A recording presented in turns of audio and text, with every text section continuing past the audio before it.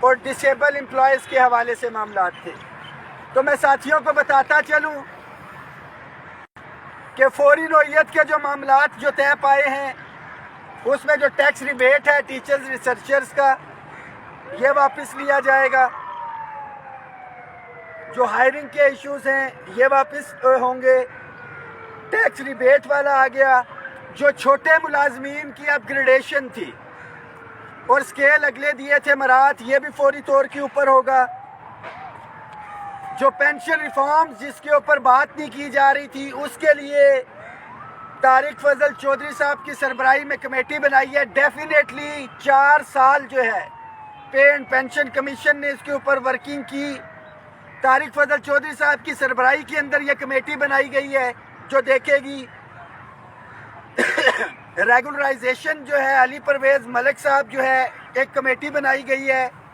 یہ بالکل کمیٹیز اسی طرح ہوں گی جس طرح خورشید صاحب کی سربراہی میں تھی، معاملات کو دیکھیں گے، جو ٹیکس ریبیٹ جو 100% تک اوپر گئے ہوئے اوورآل ملازمین کے یہ تو بجٹ میں دیکھا جائے گا مگر یہ فوری طور پہ ہوگا، پرائم منسٹر اسسٹنٹ پیکیج یا رول 17A کیونکہ عدالت کا فیصلہ تھا اس کے اندر بھی ہم نے کمیٹی بنائی ہے، اسٹیبلشمنٹ ڈویژن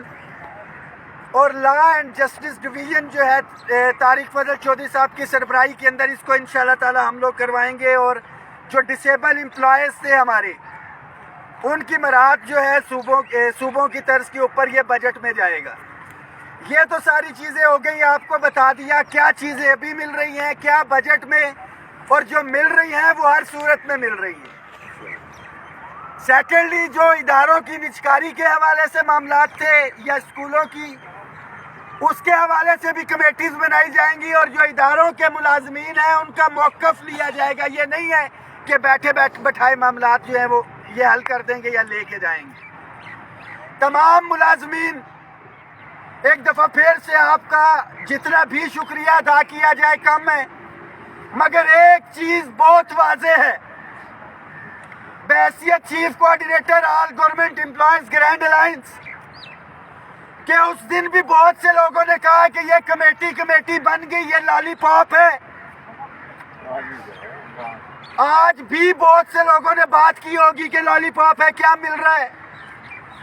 تو 10 فروری 2021 کو جب تاریخی آنسو گیس شیلنگ یہ سب کچھ ہوا تھا تب بھی ایک ریٹن ایگریمنٹ ہوا تھا، الحمدللہ یہ ریٹن ایگریمنٹ ہو گیا، اس کو پائے تکمیل تک بھی پہنچائیں گے، اور دوسرا کسی کے ذہن میں ہلکی سی بھی کوئی غلط فہمی ہے تو وہ اس کو دور کر لے۔ ان کمیٹیز میں ہم اپنی سفارشات دیں گے، دلیل کے ساتھ دیں گے، اپنے موقف کے ساتھ دیں گے، اور اگر اس موقف کو تسلیم نہ کیا گیا تو پھر ڈیفینیٹلی پارلیمنٹ ہاؤس بھی ادھر ہے، سیکریٹریٹ بھی ادھر ہے، ڈی چوک بھی ادھر ہے۔ مگر ملازمین سے ایک درخواست ہے کہ خدا را اپنی صفوں میں اتحاد رکھے، یہ آپ کی لیڈرشپ تھی، اگر امین مانا تھا تو آپ کا کام تھا کہ امیر کی اطاعت کی جاتی، اور ہمارے بہت سے ساتھیوں نے کی بھی، ہمارے ساتھ ہمارے درمیان ہمارے گروپس میں یہ 4 6 8 10 لوگ ہیں، اس سے زیادہ نہیں ہے، میں بڑا واضح کر دوں، منافقین کرتوگلو آپ کی صفوں میں موجود ہوتے ہیں، 4 6 8 لوگ ہیں، اس سے زیادہ نہیں ہے، کہ جو کبھی حقیقہ کو ختم کرنے چل رہے تھے، قیادت تو موجود، جو کبھی یہ بات کر رہے تھے کہ جی فیصلہ ہوا کسی ایک فرد واحد نے کر لیا، بڑا واضح ہے کہ آل گورنمنٹ امپلائیز گرینڈ الائنس میں جو فیصلے ہوتے ہیں مشاورت کے ساتھ اور اکثریتی رائے کے مد نظر رکھتے ہوئے کیا جاتا ہے، مگر 1 یا 2 لوگ جن کی رائے اس کے اندر اگر شامل نہیں ہے، ان کی خواہشات کے مطابق اگر کہیں کہ معاملات آگے چلیں گے تو ایسا کہیں پہ نہیں ہوگا۔ ہماری میڈم جنرل سیکرٹری اس وقت بھی فریکچر ہے، میم دکھائیں. میں سلام پیش کرتا ہوں کہ اس حالت میں بھی یہ ادھر موجود ہیں، لاہور سے پہنچی ہے، سفر کر کے آئی ہیں، واپس پہنچنا ہے کہ قائدین تو اپنے حصے کا کام کر رہے ہیں. میڈم رخسانہ انور انتہائی علیل ہے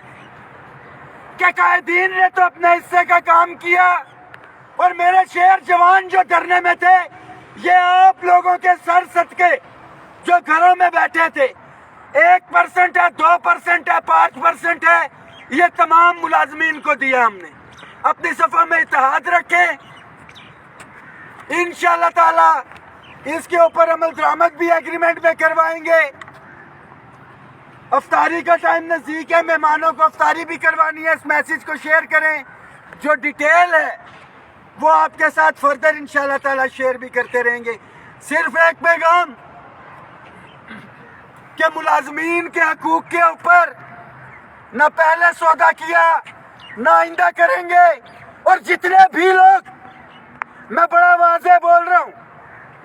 کہ جتنے بھی لوگ جو منفی پروپیگنڈا کر رہے ہیں یا کچھ ہے،